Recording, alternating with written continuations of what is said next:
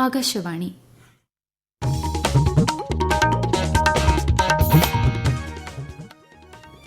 നമസ്കാരം. പ്രാദേശിക വാർത്തകൾ വായിക്കുന്നത് കൃഷ്ണ.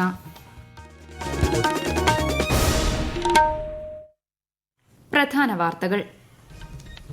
75ാമത് റിപ്പബ്ലിക് ദിനാഘോഷങ്ങൾക്കൊരുങ്ങി രാജ്യം. രാഷ്ട്രപതി ദ്രൌപദി മുർമു ഇന്ന് രാജ്യത്തെ അഭിസംബോധന ചെയ്യും. റിപ്പബ്ലിക് ദിനത്തിൽ സംസ്ഥാനത്ത് വിപുലമായ ആഘോഷങ്ങൾ.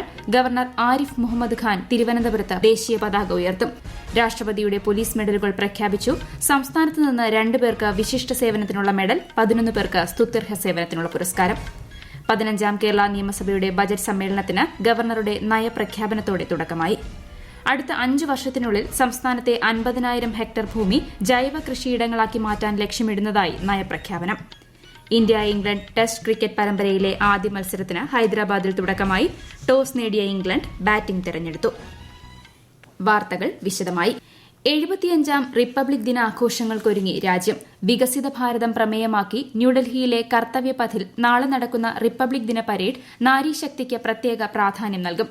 French president Emmanuel Macron republic ദിനാഘോഷങ്ങളിൽ വിശിഷ്ട അതിഥിയായി പങ്കെടുക്കും. പരേഡിന് സാക്ഷ്യം വഹിക്കാൻ രാജ്യത്തെ 1500 കർഷകർക്കും PM വിശ്വകർമ്മ പദ്ധതിയിലെ 256 ഗുണഭോക്താക്കൾക്കും ക്ഷണം ലഭിച്ചിട്ടുണ്ട്. വിവിധ കേന്ദ്ര പദ്ധതികളിലൂടെ മികച്ച നേട്ടം കൈവരിച്ചവർ, ISROയിലെ വനിതാ ശാസ്ത്രജ്ഞർ, വിവിധ കായിക മേഖലകളിലെ ജേതാക്കൾ ഉൾപ്പെടെയുള്ളവരെയും പരേഡ് വീക്ഷിക്കുന്നതിനായി ക്ഷണിച്ചിട്ടുണ്ട്. റിപ്പബ്ലിക് ദിന പരേഡിൽ ഇക്കുറി 26 നിശ്ചല ദൃശ്യങ്ങൾ ഉൾപ്പെടുത്തിയിട്ടുണ്ട്. 75ാമത് റിപ്പബ്ലിക് ദിനത്തോടനുബന്ധിച്ച് ഇന്ന് രാഷ്ട്രപതി ദ്രൌപദി മുർമു രാജ്യത്തെ അഭിസംബോധന ചെയ്യും. വൈകുന്നേരം 7 മണി മുതൽ ആകാശവാണിയുടെ മുഴുവൻ ദേശീയ നിലയങ്ങളിലും ദൂരദർശന്റെ എല്ലാ ചാനലുകളിലും ഹിന്ദിയിലും തുടർന്ന് ഇംഗ്ലീഷ് പതിപ്പിലും സംപ്രേഷണം ചെയ്യും. ആകാശവാണി അതത് പ്രാദേശിക നിലയങ്ങളിൽ നിന്ന് രാത്രി 9:30 മുതൽ പ്രാദേശിക ഭാഷാ പതിപ്പുകൾ പ്രക്ഷേപണം ചെയ്യും. റിപ്പബ്ലിക് ദിനത്തോടനുബന്ധിച്ച് വിശിഷ്ട സേവനങ്ങൾക്കുള്ള രാഷ്ട്രപതിയുടെ പോലീസ് മെഡലുകൾ പ്രഖ്യാപിച്ചു. സംസ്ഥാനത്ത് നിന്നും 2 പേർക്ക് വിശിഷ്ട സേവനത്തിനുള്ള മെഡൽ ലഭിച്ചു. സ്തുത്യർഹ സേവനത്തിന് 11 പേരാണ് കേരളത്തിൽ നിന്നും മെഡലിന് അർഹത നേടിയത്. പോലീസ്, അഗ്നിരക്ഷാസേന, home guard, civil defence, correctional service എന്നിവയിൽ നിന്നും ആകെ 1132 മെഡലുകളാണ് പ്രഖ്യാപിച്ചത്.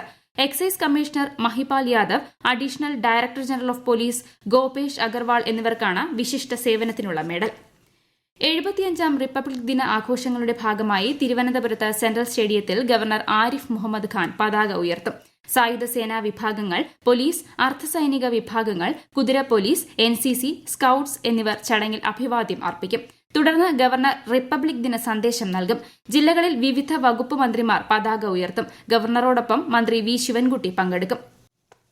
കൊല്ലം ജില്ലയിലെ റിപ്പബ്ലിക് ദിനാഘോഷം ആശ്രാമം മൈതാനത്ത് നടക്കും. ഗതാഗത മന്ത്രി KB ഗണേഷ് കുമാർ ദേശീയ പതാക ഉയർത്തും. പത്തനംതിട്ടയിൽ മന്ത്രി വീണ ജോർജ്, ആലപ്പുഴയിൽ മന്ത്രി P. പ്രസാദ്, കോട്ടയത്ത് മന്ത്രി VN വാസവൻ, ഇടുക്കി മന്ത്രി റോഷി അഗസ്റ്റിൻ എന്നിവർ അഭിവാദ്യം സ്വീകരിക്കും.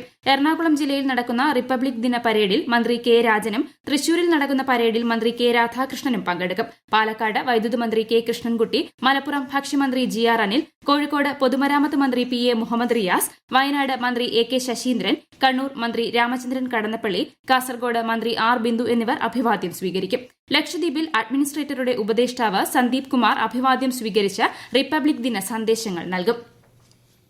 കേരളത്തിൽ നിന്നും പട്ടികവർഗ വിഭാഗത്തിൽ നിന്നുള്ള 20 വിദ്യാർത്ഥികൾ റിപ്പബ്ലിക് ദിന പരേഡിൽ പ്രത്യേക ക്ഷണിതാക്കളായി പങ്കെടുക്കും.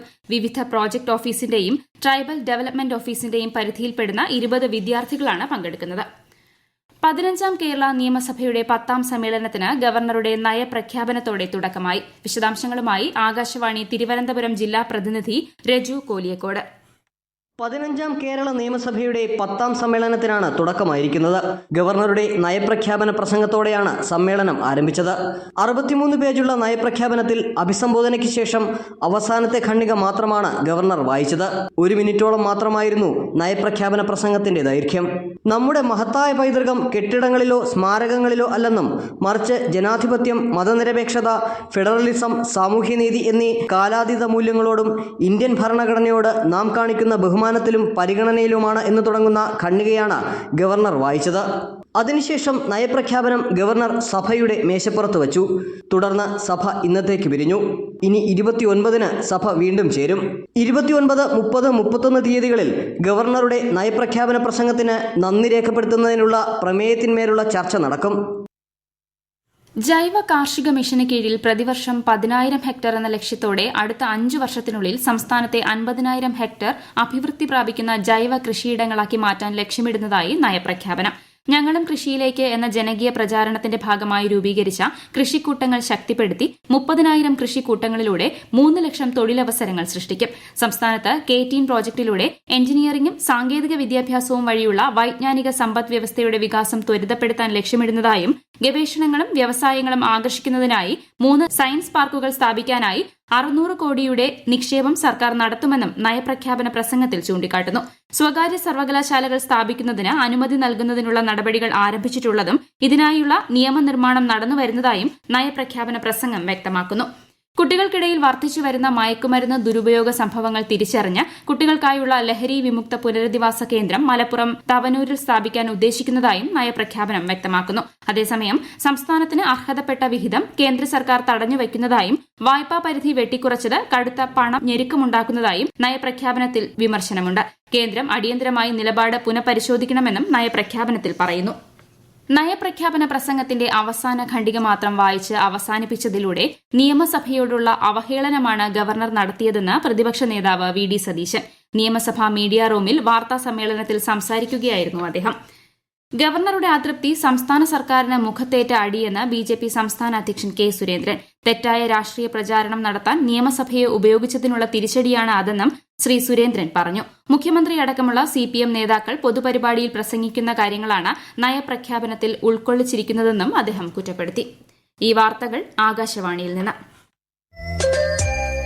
ആകാശവാണി വാർത്തകളും വാർത്താധിഷ്ഠിത പരിപാടികളും all India radio news Thiruvananthapuram എന്ന യൂട്യൂബ് ചാനലിൽ ലഭ്യമാണ്. കൂടുതൽ വാർത്തകൾക്കായി @AllIndia Radio News തിരുവനന്തപുരം എന്ന ഫേസ്ബുക്ക് പേജും @AER_News_TVM എന്ന X ഹാൻഡിലും സന്ദർശിക്കാം. ജൽജീവൻ മിഷൻ പദ്ധതി വഴി സംസ്ഥാനത്ത് ഇതുവരെ നൽകിയത് 19.02 ലക്ഷം കുടിവെള്ള കണക്ഷനുകൾ. കേന്ദ്രാവിഷ്കൃത പദ്ധതികളുടെ നടത്തിപ്പിന്റെ പുരോഗതി വിലയിരുത്തുന്ന സംസ്ഥാനതല വികസന ഏകോപന നിരീക്ഷണ സമിതിയുടെ യോഗത്തിലാണ് ഇക്കാര്യം വ്യക്തമാക്കിയത്. ഇതോടെ സംസ്ഥാനത്തെ ആകെ കുടിവെള്ള കണക്ഷനുകൾ 36.52 ലക്ഷമായി. വിദ്യാർത്ഥി പ്രതിഭാ പുരസ്കാരം വൈകിട്ട് മുഖ്യമന്ത്രി പിണറായി വിജയൻ തിരുവനന്തപുരത്ത് സമ്മാനിക്കും. നിശാഗന്ധി ഓഡിറ്റോറിയത്തിലെ പരിപാടിയിൽ മന്ത്രി R. ബിന്ദു അധ്യക്ഷത വഹിക്കും. സംസ്ഥാനത്തെ സർവകലാശാലകളിൽ നിന്ന് കഴിഞ്ഞ അധ്യയന വർഷം പഠിച്ചിറങ്ങിയ സാമ്പത്തികമായി പിന്നാക്കം നിൽക്കുന്ന കുടുംബങ്ങളിലെ സമർത്ഥരായ 1000 വിദ്യാർത്ഥികൾക്കാണ് പുരസ്കാരം നൽകുന്നത്. ആശുപത്രി സേവനങ്ങൾ കൂടുതൽ എളുപ്പമാക്കാനും വിവരങ്ങൾ എളുപ്പത്തിൽ സൂക്ഷിച്ചു വയ്ക്കുന്നതിനും ഹോമിയോ ഡിസ്പെൻസറികൾ ഡിജിറ്റലാകുന്നു. സംസ്ഥാന സർക്കാരിന്റെ Ayush homeopathy information management system Kasaragod ജില്ലയിൽ 11 ഹോമിയോ ഡിസ്പെൻസറികളിൽ നടപ്പാക്കി. കൂടുതൽ വിവരങ്ങളുമായി കാസർഗോഡ് ജില്ലാ പ്രതിനിധി P. ജഗന്നിവാസൻ. കാസർഗോഡ് ജില്ലയിലെ കളനാട്, ചിറ്റാരിക്കാൽ, നായന്മാർമൂല, ഉദുമ, പിലിക്കോട്, വേളൂർ, അജാനൂർ, കിനാനൂർ, മീഞ്ച, കമ്മാടം, പാലച്ചാൽ തുടങ്ങിയ ഗവൺമെന്റ് ഹോമിയോ ഡിസ്പെൻസറികളിൽ സംസ്ഥാന സർക്കാരിന്റെ Ayush homeopathy information management system പൂർണ്ണമായും നടപ്പാക്കി കഴിഞ്ഞു. OP രജിസ്ട്രേഷൻ, പരിശോധനാ വിവരങ്ങൾ, മരുന്ന് വിതരണം, പ്രതിരോധ പ്രവർത്തനങ്ങൾ, ആശുപത്രി വികസന സമിതി കണക്കുകൾ, ജീവനക്കാരുടെ വിവരങ്ങൾ തുടങ്ങിയവയെല്ലാം പദ്ധതിയിലൂടെ ഡിജിറ്റലാവും. സംസ്ഥാന വ്യാപകമായി നടപ്പാക്കുന്ന പദ്ധതി എല്ലാ ഡിസ്പെൻസറികളിലും പൂർണ്ണമാവുന്നതോടെ രോഗികൾക്ക് OP ടിക്കറ്റിന്റെ സഹായമില്ലാതെ തിരിച്ചറിയൽ രേഖയോ രജിസ്റ്റർ ചെയ്ത ഫോൺ നമ്പറോ ഉപയോഗിച്ച് ഏത് ഡിസ്പെൻസറിയിൽ നിന്നും തുടർ ചികിത്സ നേടാം. ഇന്ത്യ ഇംഗ്ലണ്ട് ക്രിക്കറ്റ് ടെസ്റ്റ് പരമ്പര ഹൈദരാബാദിലെ രാജീവ് ഗാന്ധി ഇന്റർനാഷണൽ സ്റ്റേഡിയത്തിൽ പുരോഗമിക്കുന്നു. ടോസ് നേടി ബാറ്റിംഗ് തെരഞ്ഞെടുത്ത ഇംഗ്ലണ്ടിന് ആദ്യ മണിക്കൂറിൽ തന്നെ 3 വിക്കറ്റ് നഷ്ടമായി. ഉച്ചഭക്ഷണത്തിന് പിരിയുമ്പോൾ ഇംഗ്ലണ്ട് 3 വിക്കറ്റ് നഷ്ടത്തിൽ 28 ഓവറിൽ 108 റൺസ് എന്ന നിലയിലാണ്. ആകാശവാണി തിരുവനന്തപുരം പ്രാദേശിക വാർത്താ വിഭാഗത്തിലേക്ക് കരാർ അടിസ്ഥാനത്തിൽ editorial executive, news reader come translator Malayalam എന്നീ വിഭാഗങ്ങളിലേക്ക് പ്രസാർ ഭാരതി അപേക്ഷകൾ ക്ഷണിക്കുന്നു. കൂടുതൽ വിവരങ്ങൾക്ക് newsonair.gov.in/vacancies എന്ന വെബ്സൈറ്റ് സന്ദർശിക്കുക. ഓൺലൈൻ അപേക്ഷകൾ application.prasarbharati.org എന്ന വെബ്സൈറ്റിൽ അടുത്ത മാസം 8-നകം നൽകേണ്ടതാണ്. രാജ്യത്തെ ഓഹരി വിപണികളിൽ നഷ്ടം. ബോംബെ ഓഹരി സൂചിക സെൻസെക്സ് 579 പോയിന്റ് നഷ്ടത്തിൽ 70,480-ലും ദേശീയ ഓഹരി സൂചിക നിഫ്റ്റി 173 പോയിന്റ് നഷ്ടത്തിൽ 21,280-ലും വ്യാപാരം പുരോഗമിക്കുന്നു. പ്രധാന വാർത്തകൾ വീണ്ടും. 75ാമത് റിപ്പബ്ലിക് ദിനാഘോഷങ്ങൾക്കൊരുങ്ങി രാജ്യം. രാഷ്ട്രപതി ദ്രൌപദി മുർമു ഇന്ന് രാജ്യത്തെ അഭിസംബോധന ചെയ്യും. റിപ്പബ്ലിക് ദിനത്തിൽ സംസ്ഥാനത്ത് വിപുലമായ ആഘോഷങ്ങൾ. ഗവർണർ ആരിഫ് മുഹമ്മദ് ഖാൻ തിരുവനന്തപുരത്ത് ദേശീയ പതാക ഉയർത്തും. രാഷ്ട്രപതിയുടെ പോലീസ് മെഡലുകൾ പ്രഖ്യാപിച്ചു. സംസ്ഥാനത്ത് നിന്ന് 2 പേർക്ക് വിശിഷ്ട സേവനത്തിനുള്ള മെഡൽ, 11 പേർക്ക് സ്തുത്യർഹ സേവനത്തിനുള്ള പുരസ്കാരം. 15ാം കേരള നിയമസഭയുടെ ബജറ്റ് സമ്മേളനത്തിന് ഗവർണറുടെ നയപ്രഖ്യാപനത്തോടെ തുടക്കമായി. അടുത്ത 5 വർഷത്തിനുള്ളിൽ സംസ്ഥാനത്തെ 50,000 ഹെക്ടർ ഭൂമി ജൈവ കൃഷിയിടങ്ങളാക്കി മാറ്റാൻ ലക്ഷ്യമിടുന്നതായി നയപ്രഖ്യാപനം. ഇന്ത്യ ഇംഗ്ലണ്ട് ടെസ്റ്റ് ക്രിക്കറ്റ് പരമ്പരയിലെ ആദ്യ മത്സരത്തിന് ഹൈദരാബാദിൽ തുടക്കമായി. ടോസ് നേടിയ ഇംഗ്ലണ്ടിന്റെ ബാറ്റിംഗ് പുരോഗമിക്കുന്നു. പ്രാദേശിക വാർത്തകൾ കഴിഞ്ഞു. അടുത്ത വാർത്താ പ്രക്ഷേപണം 12:50.